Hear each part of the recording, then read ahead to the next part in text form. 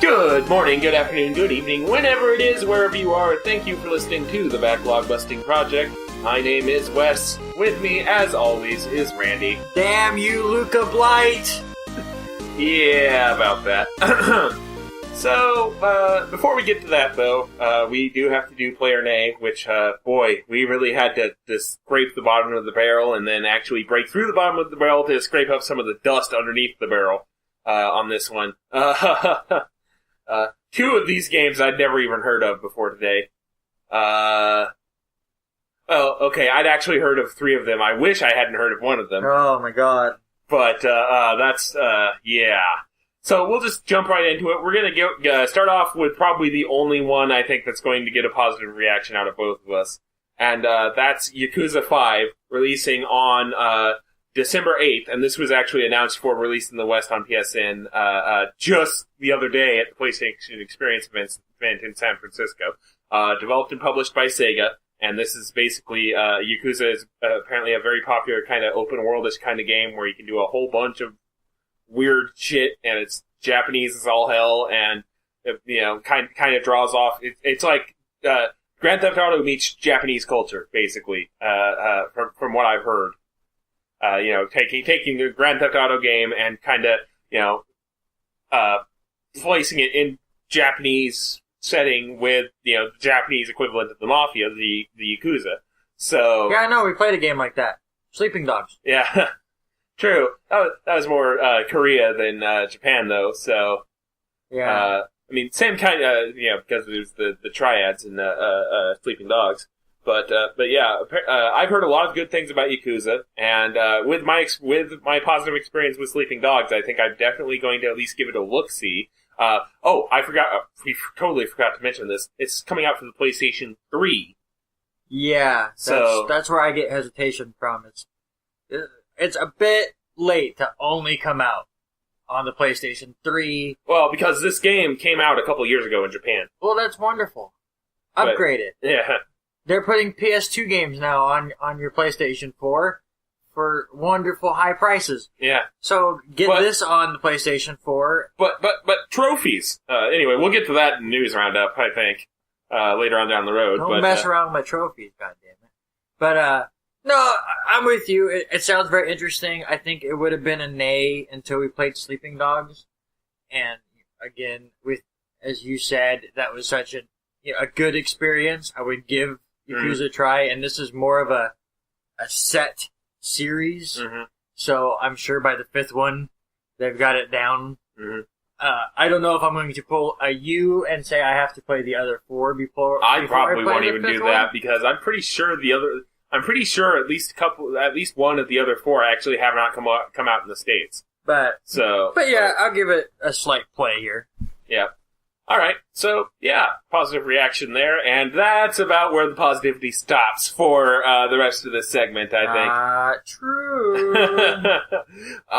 We are going to go right along here, releasing on December 9th for the PlayStation, PC and Xbox One. It is Baseball Riot by 10 Tons Ltd. Limited.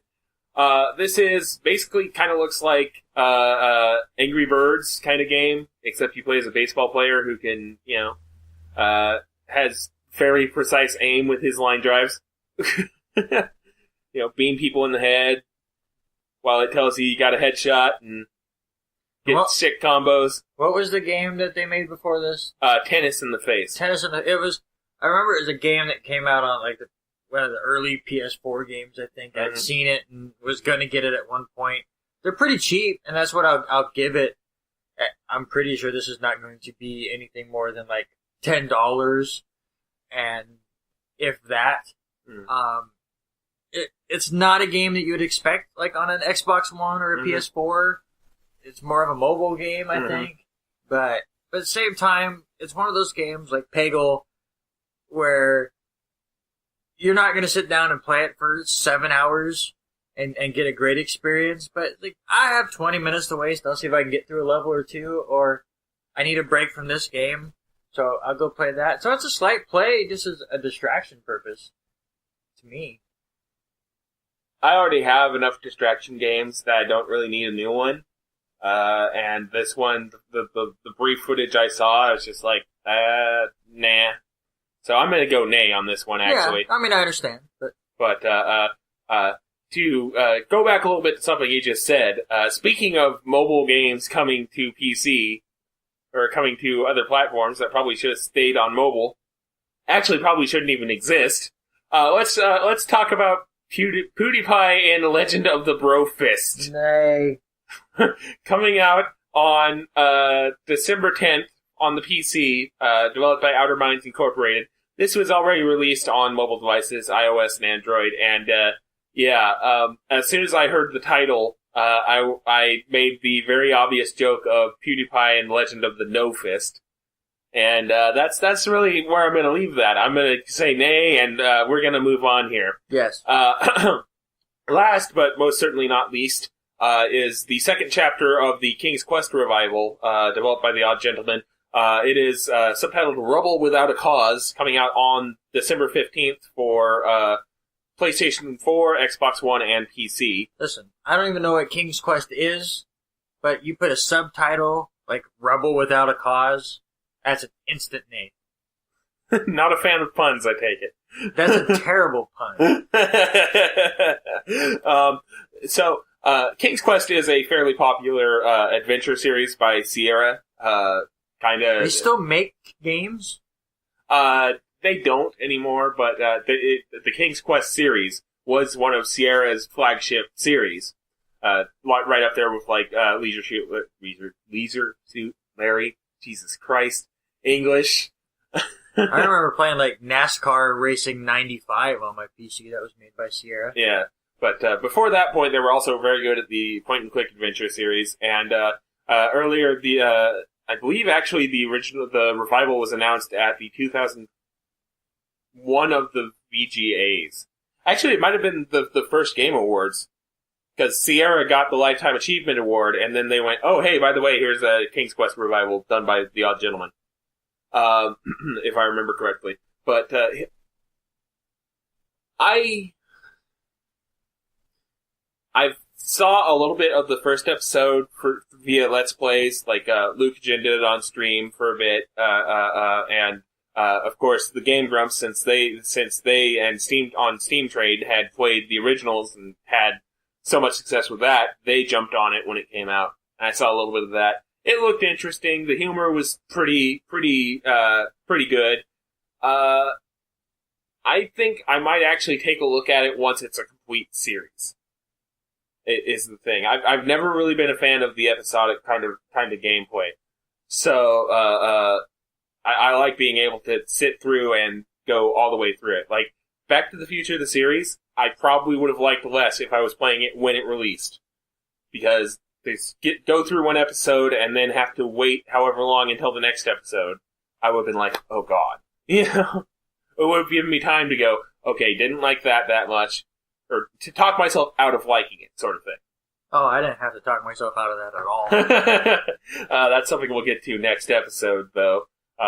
Anyway, so yeah, that's our basic thoughts on some of the gems coming out in the next 2 weeks. And now it is time for talk about the games we played these last 2 weeks. And we're going to start off, as we always do, with our co-played game. That's Suikoden 2 for the PlayStation 1. Released on December 17th, 1998. Developed, of course, by Konami Computer Entertainment Tokyo. And published, of course, by Konami. You know, back when they weren't, fucking their developers in the ass. Because, did you... I know this is kind of going into news roundup a little bit. Did you hear that Konami actually barred Hideo Kojima from coming to the Game Awards to claim anything related to the Phantom Pain? Well, yeah, he's still on vacation. Stay on vacation. Jesus. Enjoy yourself. Oh, my We're lord. just looking out for him. Oh, my lord.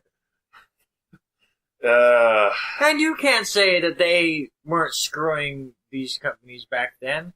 The reason why Suikoden 2 is so expensive is because they screwed them over and they didn't bring that many copies over here. Nobody ever heard about it. Yeah. And it's one of those quote-unquote hidden gem games. Yeah. Well, And then Suikoden 3 came, and it all went... So, yeah, since we're kind of piling on Konami at this point, one of the main issues I had with this game is you can very definitely tell that it was very much rushed. That there was a lot of cut content or stuff rearranged, and then there is a lot of issues with the translation of this game, and that stems from the fact that the translation of this game took place over like a month. There's a lot of times where, like, I'm not picky on grammar in games. I mean, obviously you notice it a lot more when it's not just a subtitle, it's something you have to read. But, oh my god, there's so many times where you have to reread something. It's like, yeah, what do they really mean here? A lot of awkward phrasing, a lot of grammar issues, a lot of stuff like that. A lot more glitches than I remember there being in Suikoden 1. What glitches did you hit? I don't remember any glitches. Well, there's if you import save data from Suikoden 1, which I did, I actually imported my data from Suikoden 1. I wanted to bring that up, so go ahead. If you did not name the main character, I think it's a really arcane glitch, but like there is a side quest where you can recruit the main character from Suikoden 1, and he's supposed to retain the name from Suikoden 1. Well, they fucked up the coding on that, and if you didn't name him something starting with M, it fucked it up. because it like combined, actually, I'm not sure. You may be able to recruit the main character from Suikoden 1, even if you don't import a save, but I think he may just be called by the last name of, McDowell, right? Yeah. So that's what the string defaults to. Well, if you import the save, the code glitches out, and it takes the first letter of whatever you named your main character in Suikoden 1 and just overwrites the M in McDowell with it. So in my case, it overwrote the M with a W. And that was kind of like, really? There is actually an infinite potch glitch in this game. Which you don't need. No, you don't. But it stems from, if you go to the armorer in your castle, if you find him, if you buy a piece of body armor and try to equip it on somebody who has no body armor on, it actually the steps sound like, you're trying to do it, but you could stumble on it accidentally, like I did. Basically, if you have a character that's wearing the same armor, and you select them while you're buying that armor, and then back out, select the character you wanted to equip that has nothing equipped, it gives you max potch. And that's just kind of a ballpark kind of thing on it. But it's something you could theoretically do, like, because I was preparing for the Luca fight, and I had to, suit up a character that I'd stripped down earlier, And, yeah, all of a sudden I have max potch, and I'm sitting there like, what the fuck just happened? But, just kind of, you can see the seams in this game a lot more than in Suikoden 1, I thought. Storyline-wise, it's basically, you're a young kid in this country, which is located, I believe, to the north of where you were in Suikoden 1. Yes. Because you travel south at one time to get into a section of the first game. Yeah. And that, Greg Minster. Yeah, it's Greg Minster. And I have some issues with that sequence of the game, which we'll get to in a minute. Yeah, I'm going to ask you different things, because obviously I have not played the original Suikoden since my teenage years. Yeah. So, like, my memory of it is pretty foggy. Mm-hmm. Like, there were characters like Flick and Victor and stuff that I went, oh yeah, these guys were in the first one. Yeah. But there's a lot of characters that you meet and go, is he in the first one? Yeah. Yeah. Well, maybe, okay. Okay. But, and you're in the Highland Army, and you're in the Youth Brigade, and you're on assignment, and then all of a sudden... Unicorn Brigade. Yeah, that's amazing. Yeah, the Unicorn Brigade. And you're on assignment, and all of a sudden, dead of night, you get ambushed. Or so it seems. It turns out it was a setup for Highland to justify an invasion, and you become fugitives on the run, and basically it snowballs, as Suikoden kind of does, into you start an army to fight back against Highland and Luke of Light. Okay. So here's my question to you. Okay. And maybe they did the exact same thing in the first one. Mm-hmm. And I'm very much enjoying this game. Mm-hmm. And the story's fine. Mm. It's a lot of RPGs go over the top with some stuff. And obviously the Japanese love RPGs where you are the lead, you're this teenager that not only comes of age but becomes this giant leader and whatever. Yeah. But there's always teenagers in these RPGs. But my favorite thing, and it's driving me nuts, it's so many people come up to you and go, and they don't go, you're a powerful guy, or you're this strong, amazing person. It's just, you just have the ability that everyone loves you. Yeah. And they want to follow you. I'm like, what is going on? Yeah. That goes back to kind of like the water margin and stuff like, the Buddhist philosophy of the 108 stars of destiny. It's, because the first game does it too. It's, the main characters are kind of like very important people. And they basically draw people to them. And it's mentioned as, kind of being the one who brings together the stars of destiny. So it's kind of a fate sort of thing, destiny sort of thing. Which is, again, a running theme throughout the Suikoden series is Stars of Destiny. So, Destiny and fate in general. It was just the way they kept bringing it up, and the weird, awkward way it was presented. Yeah, and I just kept going. I think that's partially on the translation as well. Again, this game was very clearly rushed through translation and localization, and it fucking shows. Yeah, and not even just rush through translation, it was just rush through everything. Like you said, there was just pieces missing. Like, just, you'd be doing this one thing, and all of a sudden, boop, you're in a whole different, not section, but something else would break out, and you're going, where? Yeah. What? Yeah. What is going on? It would go to black, and, oh, by the way, this has happened. Yeah. So. And, okay. Another thing I have to bring up, just the way that it made me very awkward. Nanami? Right? Yeah. It's your sister, right? Mm-hmm. Adopted big sister, yeah. They are creepy to me. Their relationship, not only, do they hit on each other all the time, there's a point in the game where you go to bed together, and I'm going, it's the sister, what is going on with this?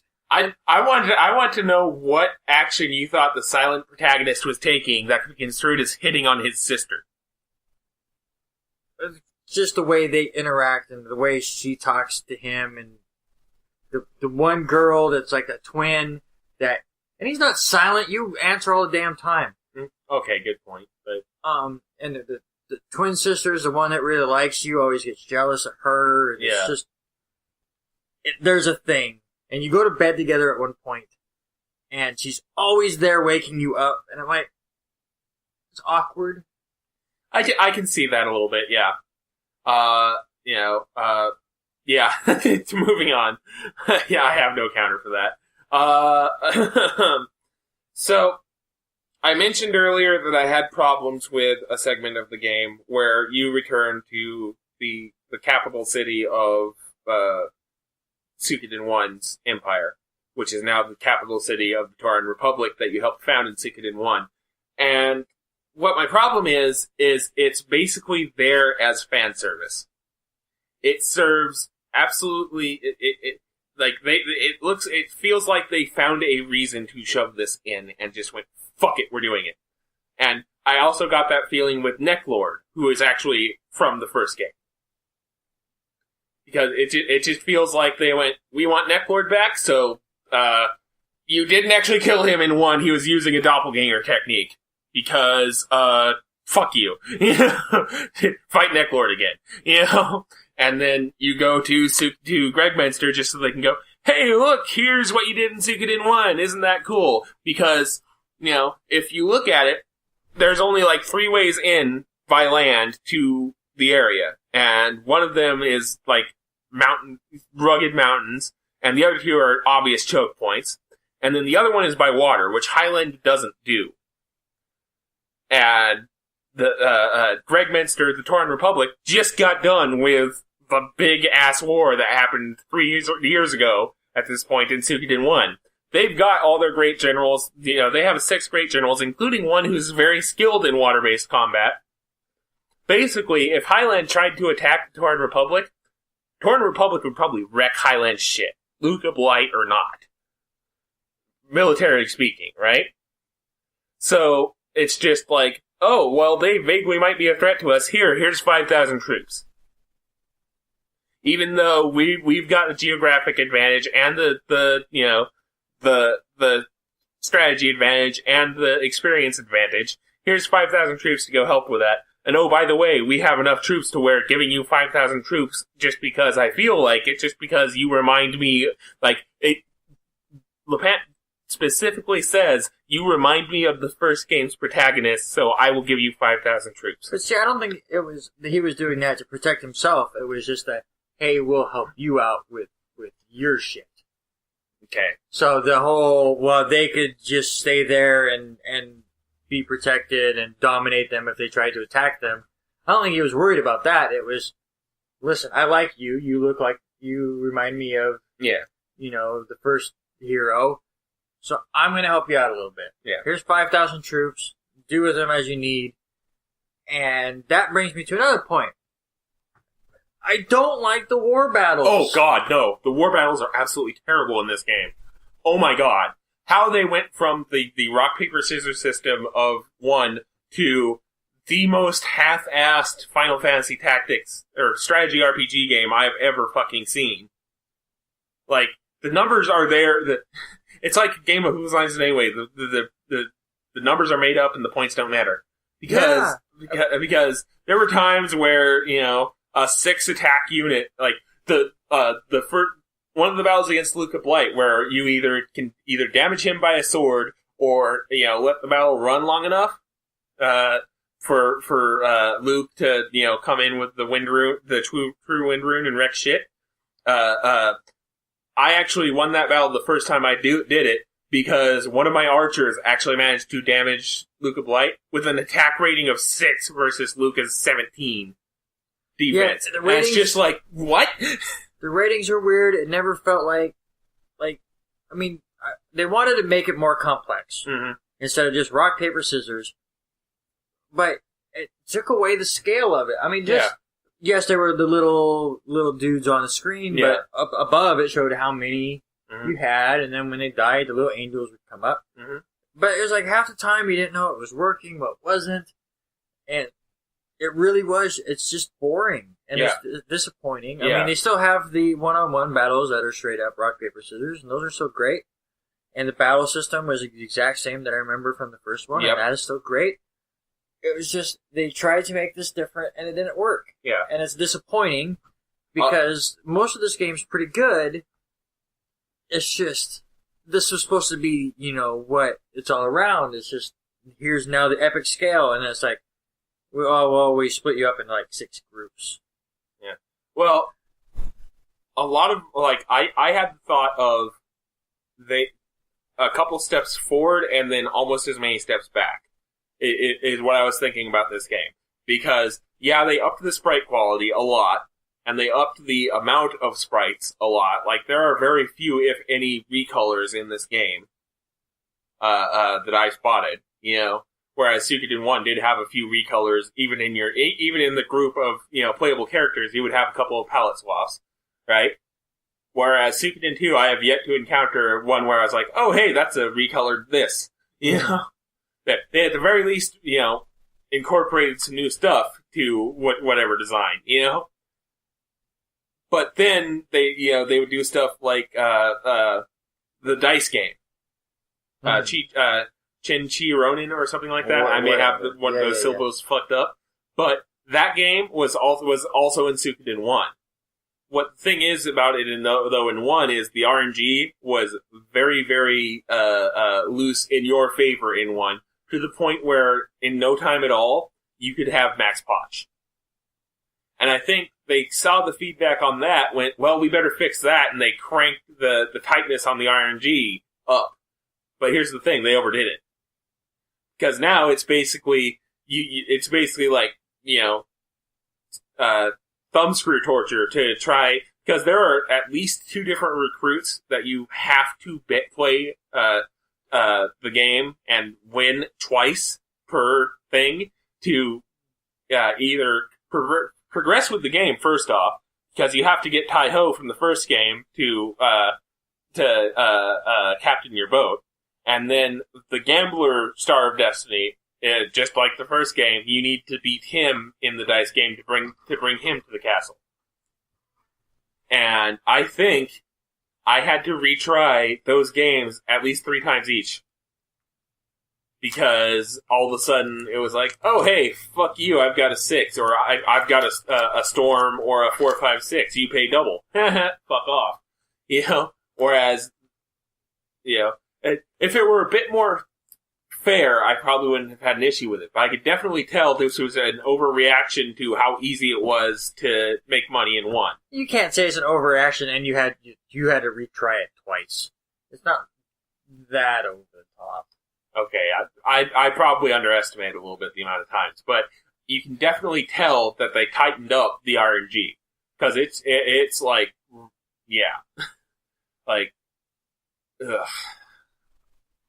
I wish they would have tightened up the battles. Difficulty, I mean. And another thing about the dice game. The other thing that makes me think that there was a reaction to how easy it was to make money in the first game is the max bet is now 3,000 instead of 9,000. They went, well, you can't bet as much, and we're going to make it harder to win. A lot harder to win. So, have fun with that. Yeah, they fixed it. So, back to the battles. Yeah, so, I mean, we've had this discussion a few times, where it just seems like there's never a spot in this game where I felt overpowered. Like, okay, I have to grind here for a little bit. And I guess that's because you really can't technically grind in Suikoden. Once you get to about the average level of the area, it stops giving you experience. I just thought it gave you a little bit. Yeah, you can. It just goes really quick. Well, yeah, if you bring a character that you haven't used in a while, like if you bring a level 5 character with you to like Gregminster, they'll start leveling up in a hurry. But once they get to like... I'm just saying, it doesn't look like it's leveling up, but those numbers are getting bigger. Just in slight hits. I do like that the experience is very level-based, where, if you're you have like 4 level 30 guys, and you bring 2 level 10s there, in maybe 8-9 battles, they're caught up. Yeah. Which is a necessity when you have 180 of these dudes. Yeah. If you really want to go after the 108, to get them all leveled up to the right spots. Well, to be fair, remember, that 108 is also counting, like, your innkeeper, not all of them are battle characters, I guess what I'm trying to say. Battle characters. So, to maintain if you wish. And that's where I think I have failed as a gamer with this game. It's been so long since I played the first one. I just have not gotten into that mode of searching for all these people and building the base right. Like, I still don't know where half the stuff is in this base. Yeah, that is one problem I had, is... The base seems a lot more spread out, and I just have not cared to even explore it, really. And this game is meant to be take your time, which is tough for what we really try to do sometimes, of getting these games done every 2 weeks. But it's really take your time, check your base out here and there, and just kind of progress the story as you feel like it. Well, I was really trying to just hit the story, and that's where I think the difficulty was a hindrance to me, because I would just play and go, well, I'm having no problem. I can just progress and progress and progress. Like I joked with you, what's that boss name after you meet the vampire? The Abomination. The Abomination gave me trouble because I died once. It was the first time I got a game over, and I had maybe had 2 KOs before that, the whole game, and then I didn't get another game over until where I am now stuck at, because it's like the first legit, really tough brick wall, which, again, I'm totally fine with RPGs. It was just, I was expecting more of them along the way, and I think that's why I haven't really worked on other characters, that's why I haven't searched for more stuff. I haven't found a weaponsmith to sharpen weapons since I don't remember. Neither have I, and I'm pretty sure I've recruited every character I can recruit at this point. So, like, I feel like my characters could be stronger. I just need to find that weaponsmith. I will say that there is he's not recruitable, but the weaponsmith in one of the towns actually levels up to the point where you can sharpen to level 11. Yeah, I haven't seen him. Okay. Or I don't remember which one he is, and I haven't gone to him. Yeah, it's Couscous Town, now that I think about it. Okay. But, yeah. So, let's talk about that roadblock we hit, because we both hit it at the exact same time. Yes. And we're still there. Yeah. Because we're good at our jobs. And yes, yeah, both of us. Anyway, Luca Blight, who, by the way, is probably one of the better villains I've seen in a video game in quite some time. Yeah! Because he is absolutely fucking insane. Okay, so before we get to where we're stuck, thank you for bringing up that, because I forgot that the beginning of this game, when you first start seeing what Luca Blight's all about, they do an amazing job of making you just hate this dude. Yeah. I mean, he burns one of the first towns you're in, where he ends up killing this little girl's family. Yeah. And, she was part of this family that brought in your buddy Joey, and so that was kind of emotional, and they do a great job of it. And then he goes to this next town, and he makes this girl act like a pig. And then kills her anyway. And then kills her because she's a pig. And he does not care, which Joey then kind of takes advantage of, because he manipulates that a little bit. Yeah. So I'm curious where that ends up going. Because obviously, again, we haven't finished it yet, but they do. We're going to. They did an amazing job of really setting up this great villain.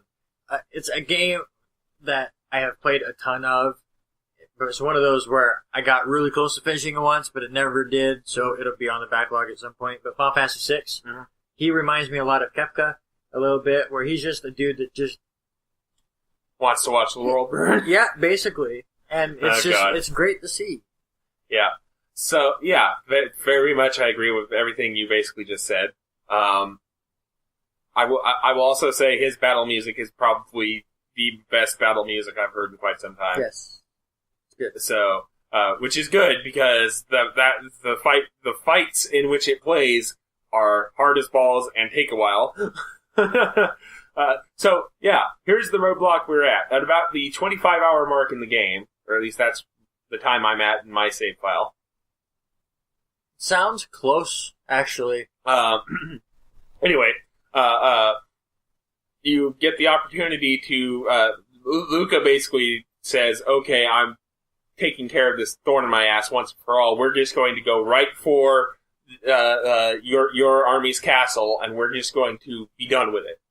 And, basically it turns into this series of army skirmishes, which are, again, where you may or may not lose one of your generals, because, but this was the battle where I finally realized why I didn't like the war system, because of the randomness factor. The battle where Ridley gets ambushed. It is very clear to me that they wanted you to work your ass off to try and save him, if you wanted to save him. Set up your units just right and hope everything goes right. Well, I went to do this, and the rules came out just right, that Ridley basically took care of his ambushers by him fucking self, because none of them could hit him, and he kept proccing his critical. So he would, they would attack him, and then on the defensive strike, he would critical them, and they would die. Whereas I think they wanted it to be, he's fighting his way out, and you're trying to run and come get to him. But I don't think I had to move my units at all. I just He sat didn't get captured for you? Huh? Oh, he got captured. Oh, okay. But I'm pretty sure if he dies in the actual war battle, and it's not you don't get the messenger saying he was injured, if he dies without the messenger knowing he was injured, he just straight up dies. No, because they never die. They always just... His whole unit dies, and it happens for all of them. Their whole unit will die. Mm-hmm. But the general will always escape, because then you can fight with him. They won't get rid of those. Huh. Anyway. Is the way I've interpreted it. Okay. Well then. It'll be interesting to see how that plays out then, because did he die in yours? No, he got captured. Did he die in the war battle? I don't remember. Okay. But I never even got close to getting to where I could get to him. Okay. And then it went, he's captured, and so on and so forth. But anyway, right. So that all happens, and then they're going to attack at night, and their strategy guide releases him, whatever his name was, and he shows back up at your castle and tells you about this, so you decide to do a sneak attack. And before that just reminded me again, this game really wants you to hit certain specific spots to progress the storyline. I'm totally fine with it, because again, it wants you to do it at its own pace, but holy crap, sometimes was it like trying to figure out where I needed to go to progress the storyline sometimes. It drove me nuts. But anyways, so you set up the sneak attack, and this is where the game goes, so you know how you just needed one party of 6, and I'm sure you really like using Flick and Victor in your main party when you can. Because they have awesome. X-Strike from Chrono Trigger. Because they're just so awesome. Well, now you're all split up, and you need 3 groups of 6.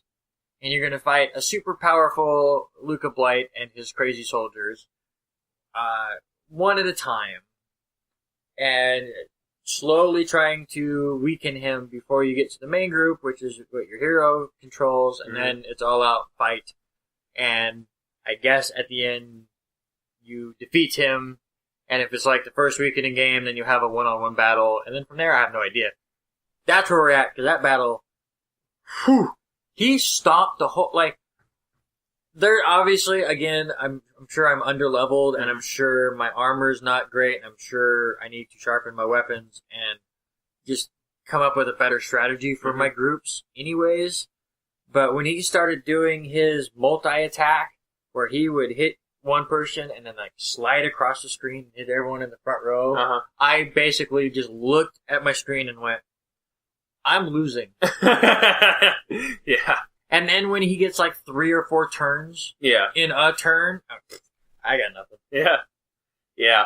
I fared a little bit better than you did because, like I said, I've managed to find, I think, most of the recruits up to this point, if not all of them, because I actually counted and I have over half of the Stars of Destiny, I'll just put it that way.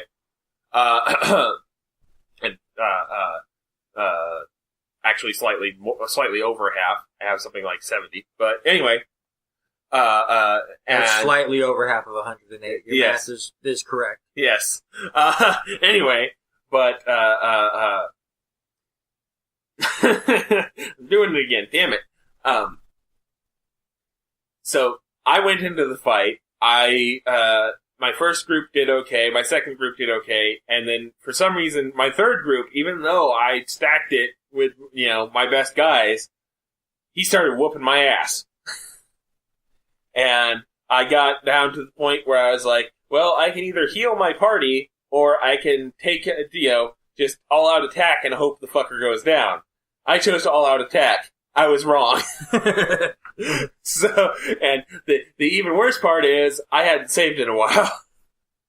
And one of the last things I did was, there's a recruit in Gregminster where you have to make 50,000 pots trading.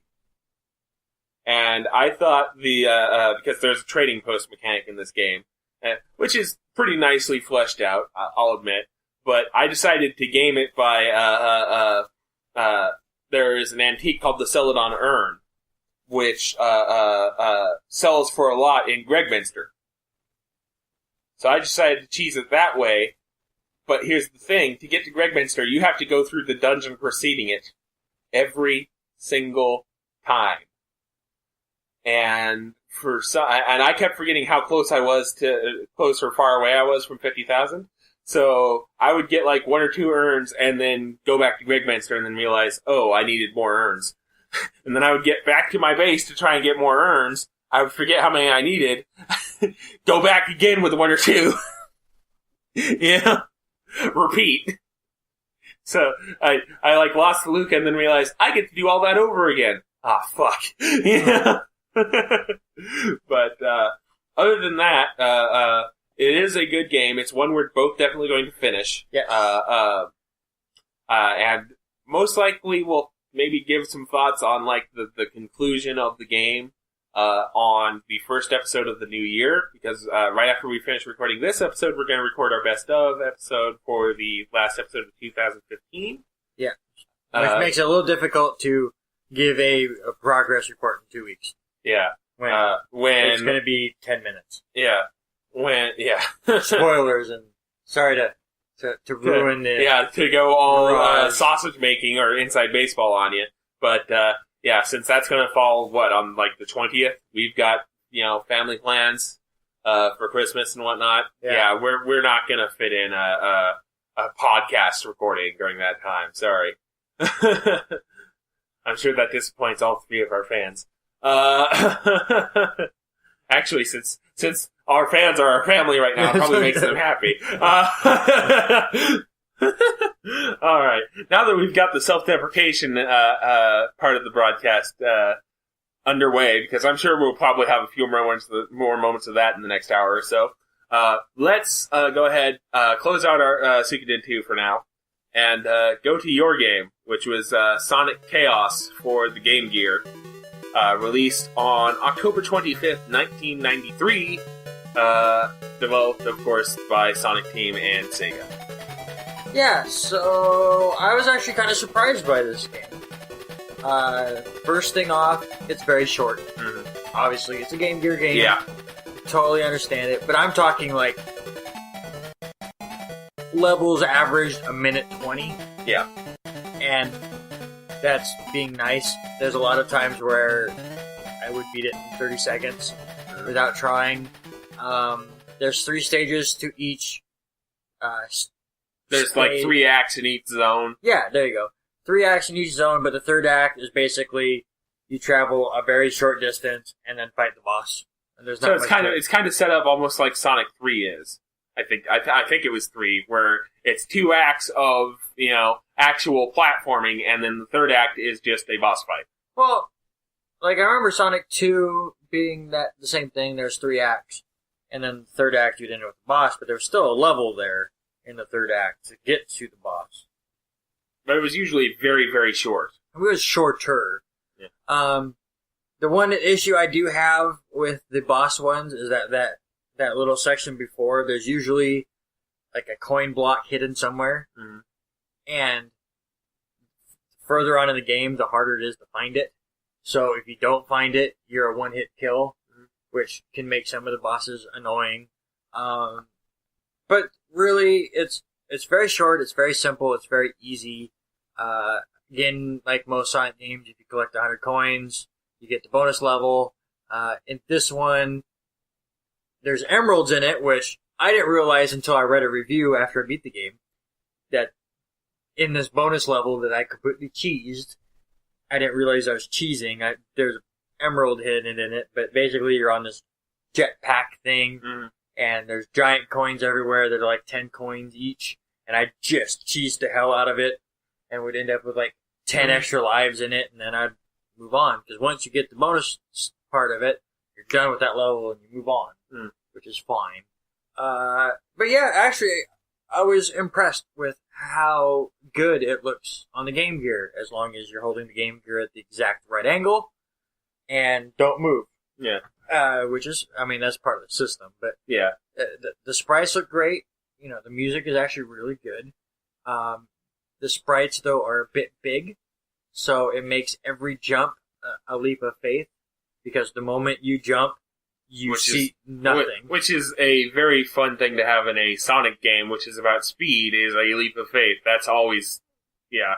Yeah, and it's constantly, again, because Sonic takes up quite a bit of the screen, so it's a little too zoomed in, I guess, but what are you going to do? Yeah. On the Game Gear, really?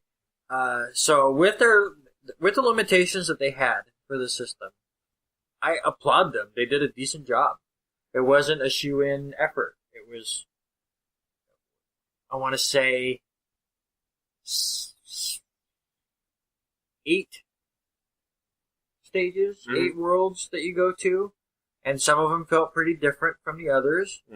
A couple of them were pretty similar, but yeah, it was actually, like, it took me less than an hour to beat the game, but it was a very enjoyable Sonic game, and I was happy I got to play it, and then I was happy to learn that since most people don't have a Game Gear, you can play it on a game that came out for the GameCube, Sonic Adventure DX. I guess it's hidden in there somehow. Yeah. And then the Sonic Mega Collection Plus, which came out for the PS2 and the Xbox, it's on there, and it's also available for its Master System version, which I'm sure is probably better on the Wii U Virtual Console.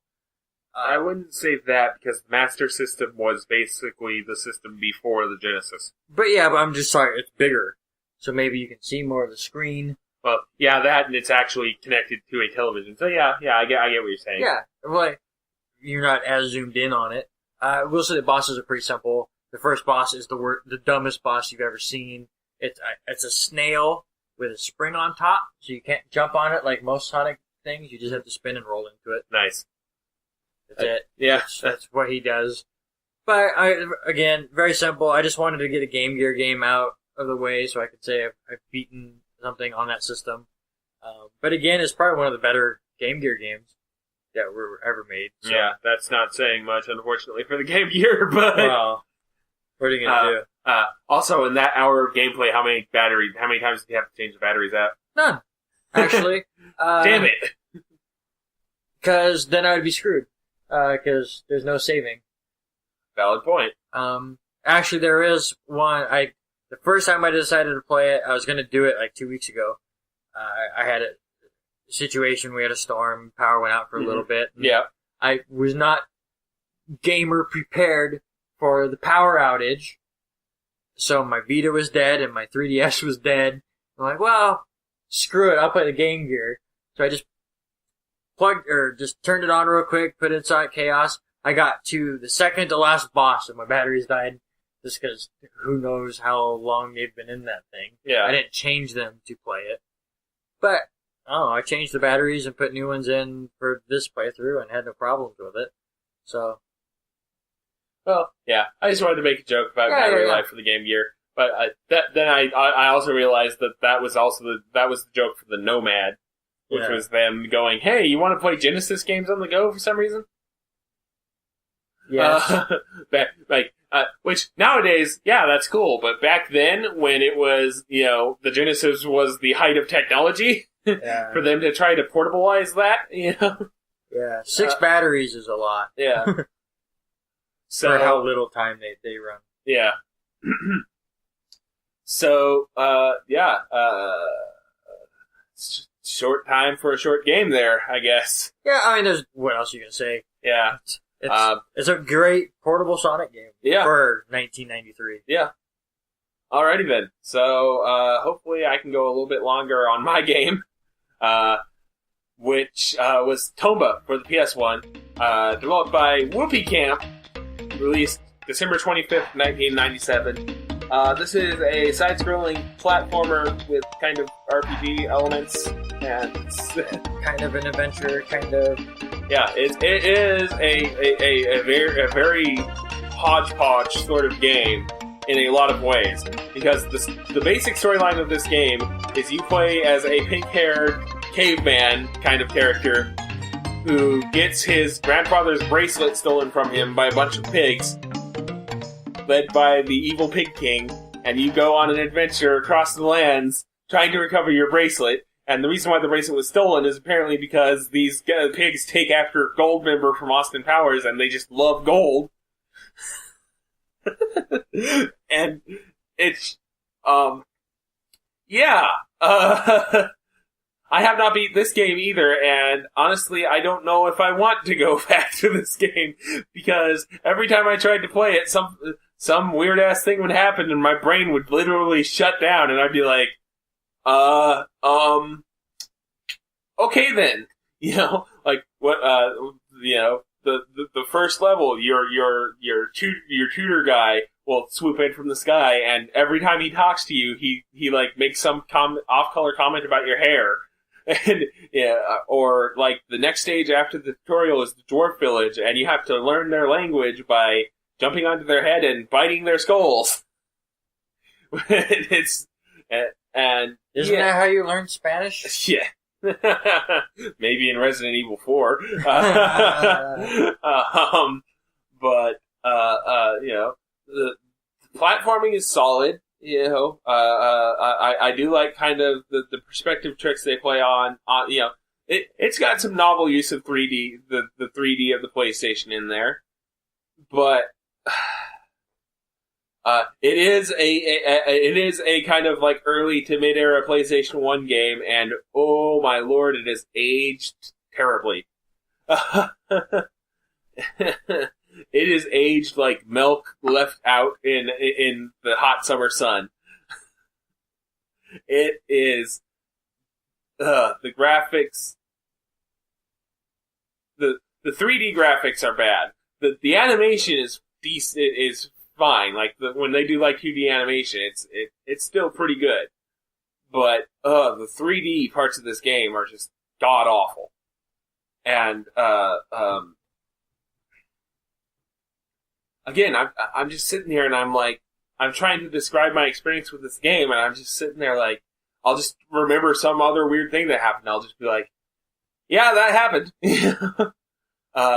One other thing I did notice is some the storyline cutscene that explains, you know, your original impetus for going out. When you meet the 100-year-old man, and he tells you the story of how the Pig King is sending out his pigs to look for gold. You know, there's dramatic music playing, and, like, the music is loud, and then the voice acting sounds like it was recorded at the bottom of a well. From the top of the well. Because you can barely understand what the guy is saying. Are there subtitles at least? No. Oh. There aren't any options at all. and it's weird. Speaking of things that aren't there, there is no way for you to tell what your current objective is if you, like, go back to the game. You just kind of have to wander around and hope you figure out what you're doing. Because... I thought that if you hit start, it shows you all the different quests that you have. No. If you hit start, it gives you the pause menu. No, I remember there's a list. From when I played it, I've never beat it either, but there's a way to look at a list of all the quests that you've beaten and are currently doing.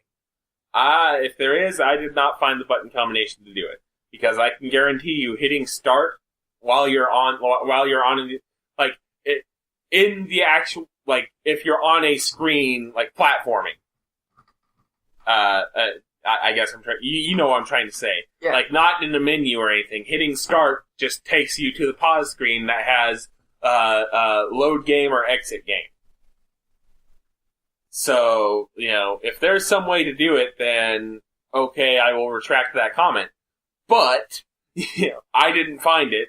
And honestly, at this point, I also just kind of want to say, you know, they didn't have a clearly accessible, there is no clearly accessible option for it.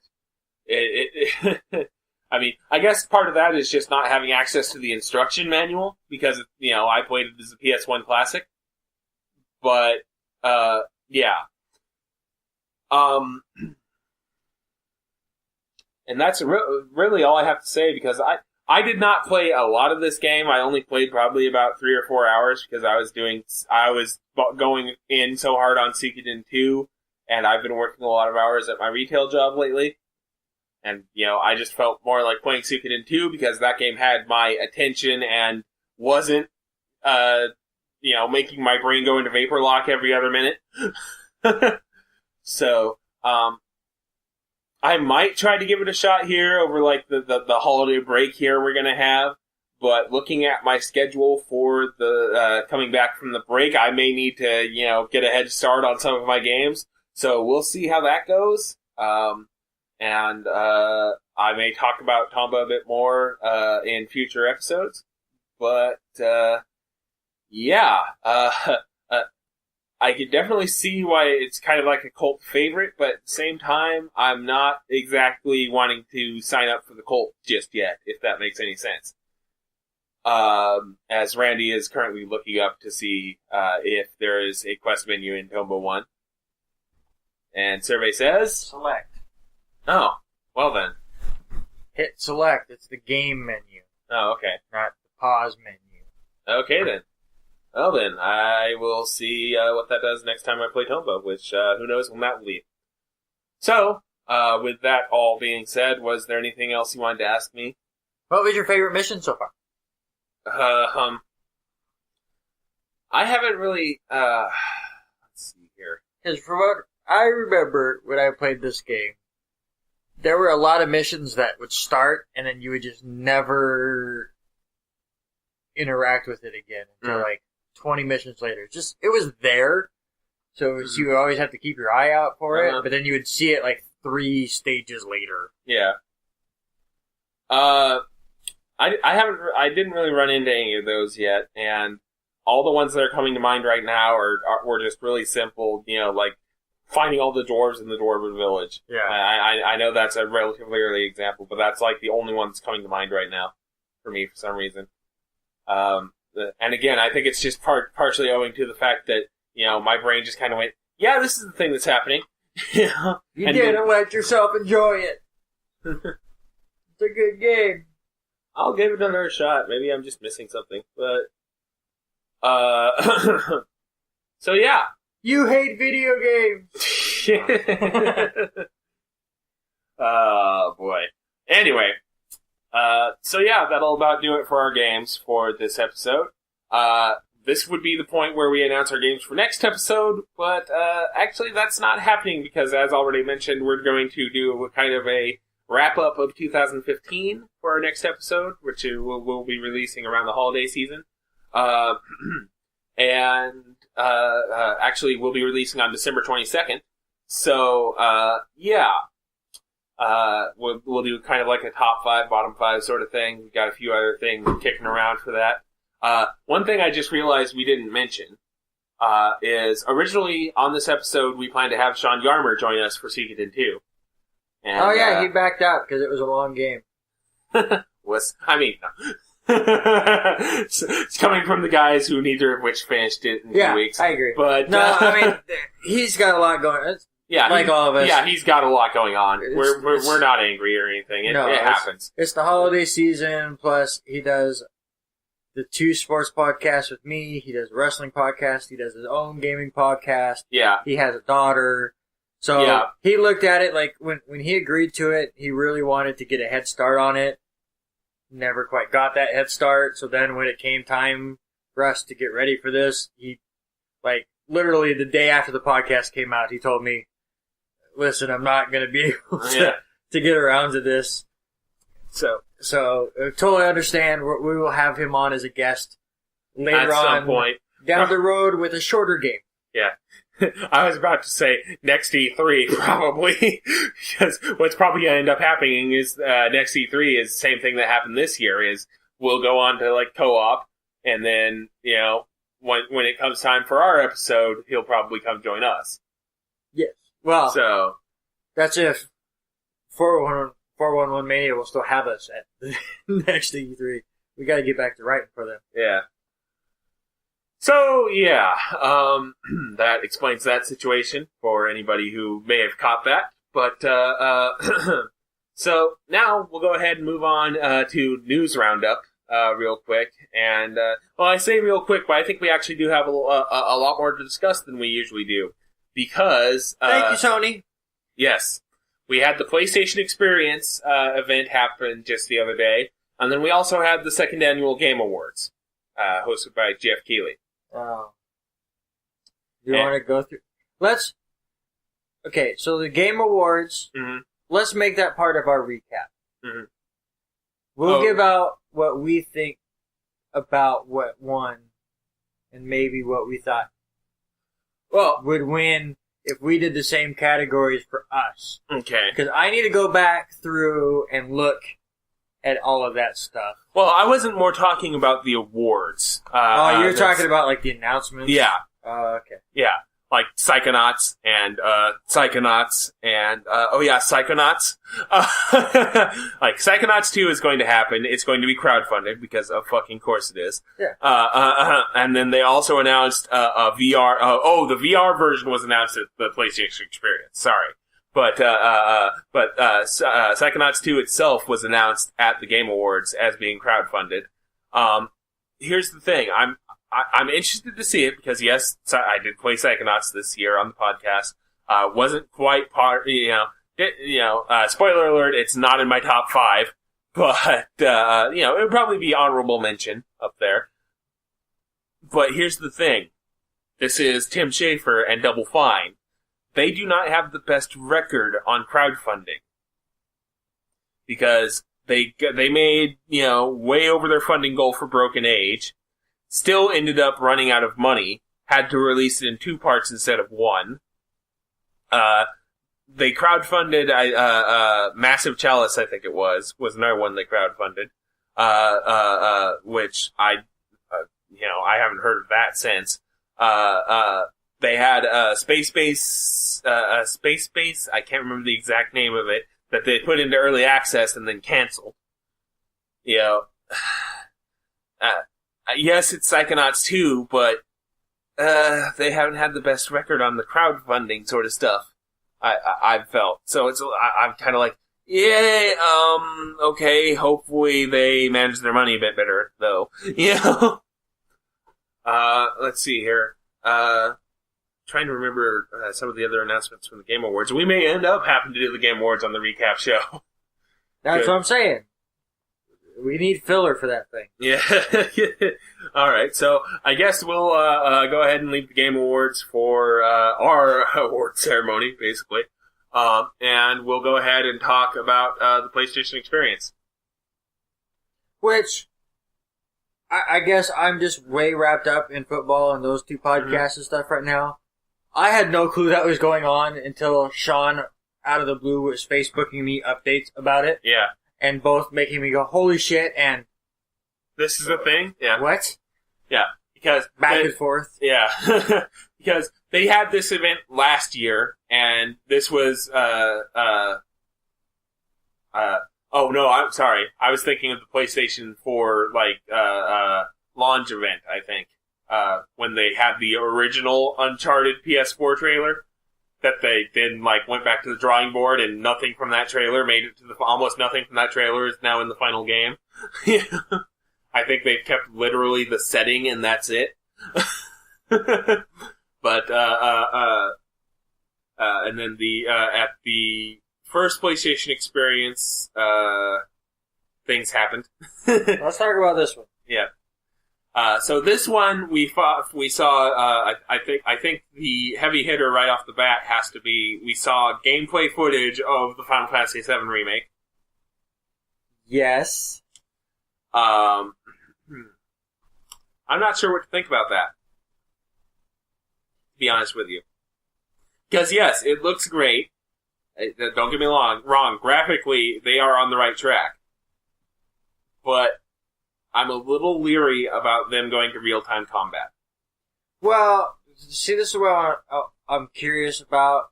I didn't play the Final Fantasy 15 demo, or how that battle system worked, because obviously that's what they're taking it from. Mm-hmm. It doesn't look like it's going to be as terrible as the Final Fantasy 13 version of that battle system that was garbage. It just looks like a lot of shit is going on and you can control them as the crazy shit is going on. Yeah. Which I am unsure of whether I'm going to be for or against. I understand them trying to speed it up. Yeah. And I'm okay with that. But let's just see how it goes. This is how I explained it to Sean, and this is still how I feel, and let's see how you feel about it. this is how I think the Final Fantasy VII remake, to me, would be perfect. Just updo the graphics, which they've done. Yes. Give it decent voice acting, which it looks like they took basically the same people from the movie, which is totally fine with me. Because then it's all based around that universe, and Cloud looks just like he did in Adventure, then whatever. So that's fine. I would say leave the battle system the way it was, but if this works out smooth and you get used to it, that's fine. Keep the materia system, please. Upgrade it, maybe. Yeah. Give it, some extra boost and stuff. Give us more mini games. Give us more side quests, but keep the story. I mean, maybe kind of tighten the story a little bit because it was a bit of a clunker mess at times. Yeah. Back then. And again, it was in the time really before translation started becoming a thing because, this guy are sick. Well, not even just the translation, but just there are parts where you go, what is going on? Yeah. So maybe just tighten it up a little bit. And then, just as a goofy thing, just tease the ability to revive Aerith in this version. Don't let you do it, but just tease it. Oh my lord. So we get those YouTube videos of, if you do this 100,000 times, and then this, and this, and this, and this, and this, and this, and this, then maybe. Yeah. Just tease it. Yeah. And then it's a perfect remake to me. Because that's what I remember from Final Fantasy VII. Yeah. It's the materia system, it's side quests, it's the mini games, it's everyone saying you can bring back Aerith. Yeah, that sounds, but the only thing I took a little bit of a sidelong glance at you at was more mini games. Because Final Fantasy VII is already almost like 90% minigame as is. But this is what I mean. I want better minigames. Like, whatever that place is called. Gold Saucer. The Golden Saucer. They had a bunch of minigames in there. Most of them were stupid. Just give us more in-depth minigames. Get rid of the Condor minigame. Get rid of snowboarding. But give us some interesting... I liked Fort Condor. You can go Fort Condor yourself. Whoa! That escalated quickly. Yes. But you know what I mean? Just expand it. Yeah. Yeah, I can see that. About the only thing I saw wrong with that trailer as is was, again, the real-time combat. Not a fan. Well... Wait till you get your hands on it. Yeah. That's how I look at it. They've played Final Fantasy 15, that demo. Yeah. Until I get my hands on that and experience that, I don't want to pass judgment yet. Okay. I guess there is one other thing that recently came to light that I'm also a little on the fence about, and that's them going episodic with it. If that happens, that might dampen my I don't know how you can. And then keep it the same way as Final Fantasy VII. Or the way it was. Because Final Fantasy VII... Well, I guess... Okay. If they go episodic and they go Shinra... Midgar, yeah. Yeah, sorry. Midgar in that whole section. Uh-huh. And that's Final Fantasy VII Remake Part 1. Yeah.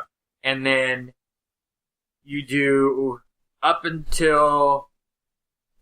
The Golden Saucer is part 2, and then part 3 is the rest. So, like, you had the discs or whatever, and you just still allowed you to explore the whole world as it is. Just storyline stuff would progress like they would in the discs. I'm okay with it. But if they, like, section you off to only parts of the world in each part, then no, I'm not okay with it. Yeah, I mean, I guess we'll see where that development leads, but there was like a story on Kotaku where apparently the press release is worded that makes it kind of clear that they're thinking of going episodic with it, and I hope they rethink that at this point. Well, how about this? Would you rather have it the way I just explained and have it the first episode come out next fall, complete working condition, not rushed? Or have it all come out as one game in 5 years? I mean, we've already waited this long for it. And let's be honest. The joke was, when this and that was announced, we were like, well, we'll see that around the time the PS5 has a release date. Yeah, that's true. So, I'd rather wait and get it all at once. And again, we just had this discussion during Player Nay, where I was like, I'd rather wait and have it all at once than play it piecemeal and pay for it piecemeal. Which is another reason why I'm doing one of the games I'll be doing early next year at that point, instead of as it was coming out, is do it all at once. Yeah. So let's hit some of the other stuff that happened. Mm-hmm. According to Sean, here's this crazy list that he sent me, and you just give me your feel on each of these. Okay. Excitement level or whatever. Okay. So, he said Nino Kuni 2 was announced. Okay. The first one I've heard good things about, and it's by the makers of one of the game I'll be playing to start next year. And Studio Ghibli, so, I'm pretty sure that is going to end up on this project, the first one. Uh-huh. Because, they gave it to us for free on PlayStation Plus once. I've been wanting to add it to one of these podcasts. But again, it's a 20-hour RPG, and and just, it's tough to fit those in sometimes. He said there's a racing game for Destiny now. Don't care. Yeah.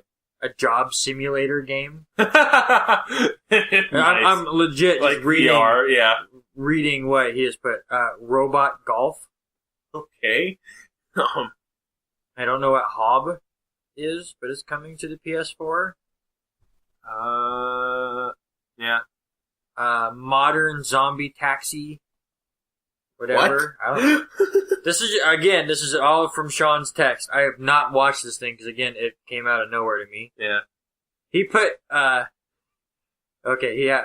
Princess Adventures, which is now out. Yes. He put Yakuza 0 on here instead of Yakuza 5.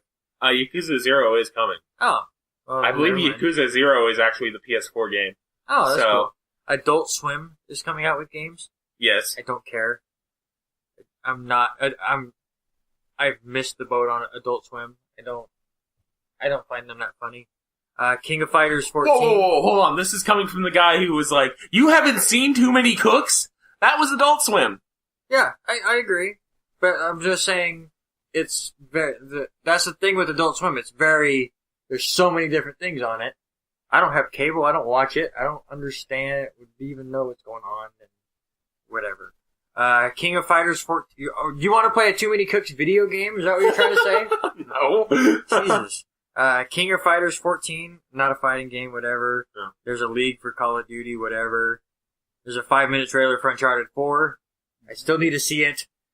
Yes, you do. That was one of the things I was going to bring up after you did this list, was a couple of Uncharted 4 things that happened. So, we'll get to that in a moment. And then, I guess another one of the big things that happened was PS2 has already started coming to PS4. Uh-huh.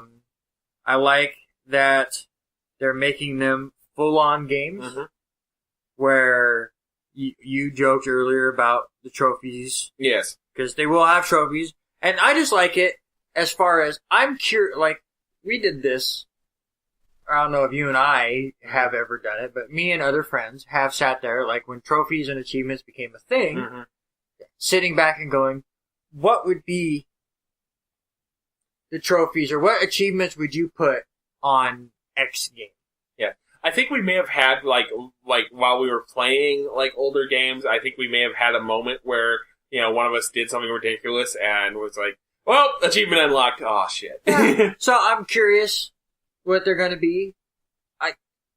Okay, we'll get to it, but I like that they're all going to be 1080p. I like that you can share play them all, and you can do all that.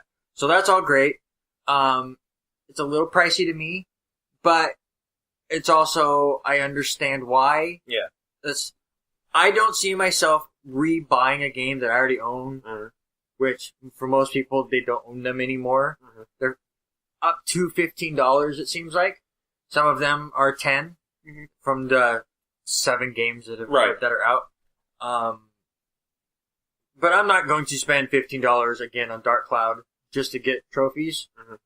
But like, if I had not owned, like, if Dark Cloud 2 ends up on there, I'll spend the $15 just to get it there because it's way cheaper than what it is on eBay. Yeah, exactly. So I mean, it's the same with what they did with the PlayStation 1 Classics. Another level 5 game, by the way.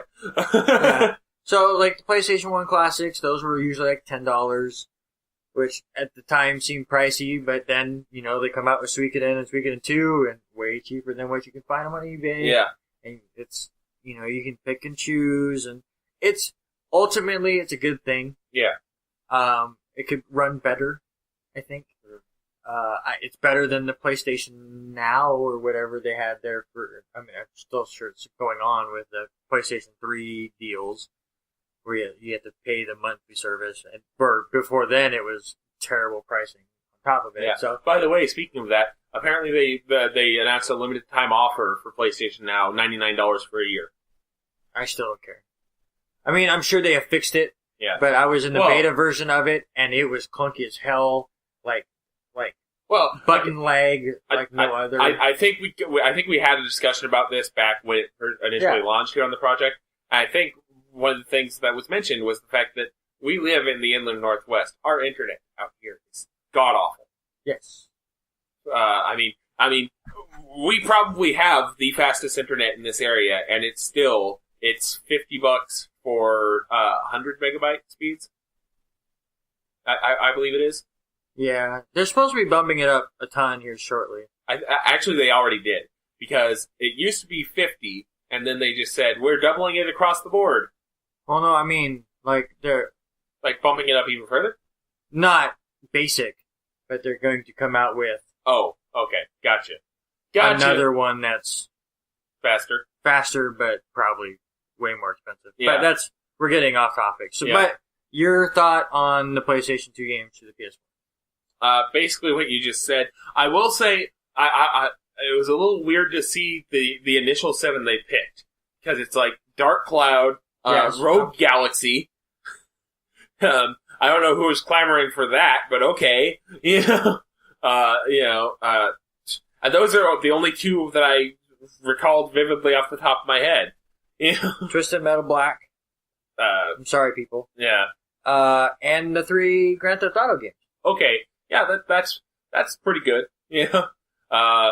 Does San Andreas have the hot coffee? No. I'm kidding. It's probably a trophy. Yeah, knowing Rockstar, yeah. Hot coffee, get to max level with girlfriend. But no, I mean, it was an okay first group. I might, like, again, trophy things. Mm-hmm. I might rebuy Final Fantasy 12 just to see what trophies they throw on it. Oh, they actually did announce Final Fantasy 12? No, if it ever comes out. Because I know that's one thing I've heard a lot of clamoring for is for them to give 12 the HD treatment. Yeah. Like the X and X2 treatment. And this is another hopeful thing. Maybe them being able to do this will now stop all those terrible HD collections that are $60 for 2 games. Maybe. Depends on if developers still want to go full Konami or not. Anyway. So talking about, we mentioned Uncharted 4. There was actually 2 clips that came out of this. The first one, as you said, was like the 4 or 5 minute trailer. And it looks like it's basically the start of the game. Or near the start of the game. Because Drake is in a desk job. Which is absolutely hilarious. He's sitting there like approving paperwork. Like, stamp, sign, move. Stamp, sign, move. And then his brother Sam, stumbles into the back into the office, right? And Drake just kind of goes, "Man, I haven't seen you in years. What the hell happened?" And there's like Uncharted, like Naughty Dog does, they imply plenty of past history that makes you go, "Okay, what happened here?" And then they go outside, and Sam asks what Nate's been doing, and Sam goes, he specifically goes, I heard some crazy-ass story that you got shot in the stomach and you were hanging off a destroyed train in the Himalayas. And Drake just kind of goes, yeah, that actually happened. What? Yeah. And Drake goes, I don't even know where to start. And Sam just kind of goes, at the best part. And Drake kind of pauses for a second and he starts looking around, and then all of a sudden, dialogue options pop up. And you can, like, press triangle to talk about Uncharted 1, because it's like, I found El Dorado. And then it's square is, I explored Shambhala. And then circle is, I found a Ram of the Pillars. Yeah. And is the fourth option, I actually had a good Vita game. No, but it should have been. That would have been amazing. But anyway, it pauses to let you see that, yes, in fact, there are dialogue options in an Uncharted game, and then whoever's playing hits the button for Uncharted 1, and Drake starts going, so you know that theory we had about Francis Drake faking his death? And he goes into the opening of Uncharted 1, starts talking about, finding the coffin and it's empty, but it has Drake's diary in it. And then it does a fade, because at the time, the sun is, like, set or rising. And then it cuts to show passage of time, and the sun's, like, fully up. And Drake finally goes, Sam goes, unbelievable, you had all this archaeological, gold mines, and you didn't get jack shit. Money. Talking about money. And Drake goes, oh, I got a few trinkets here and there, enough to pay off my house, my car, my engagement ring. Oh shit, I'm married to Elena, And Drake goes, you should meet her. We're gonna go to dinner tonight. You should come with. And Sam cuts him off with, dude, I'm in a lot of trouble. And then it cuts to, game logo and pre-order now for, releasing March 18th, I think it is. And it's a pretty good trailer.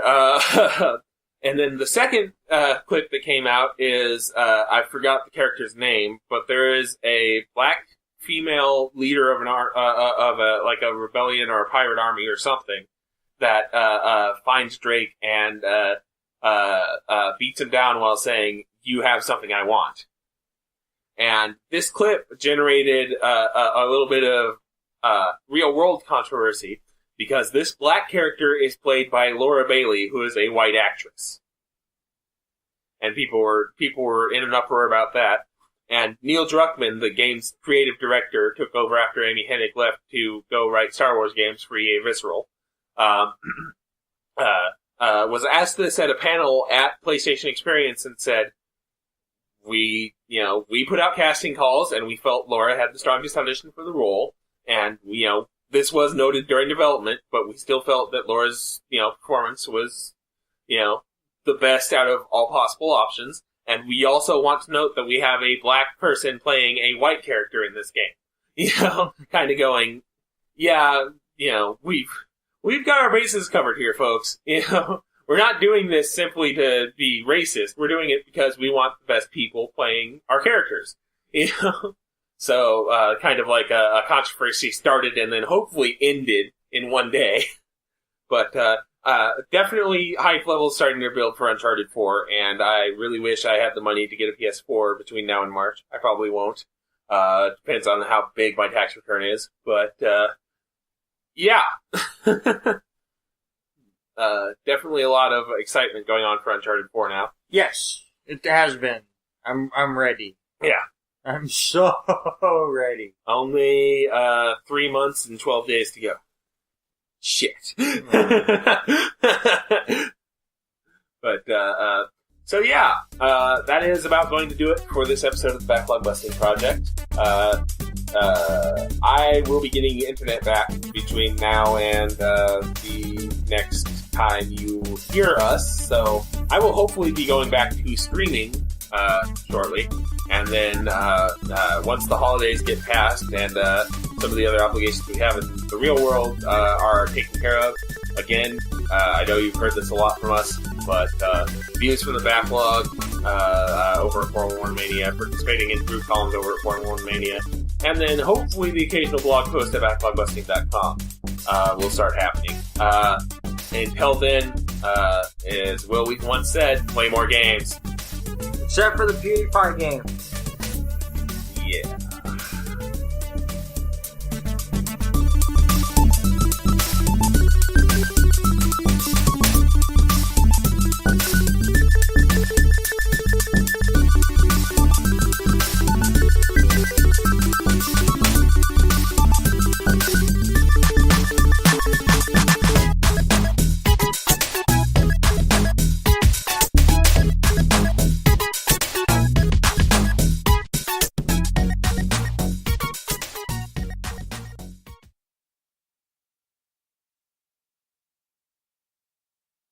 Is it too high up?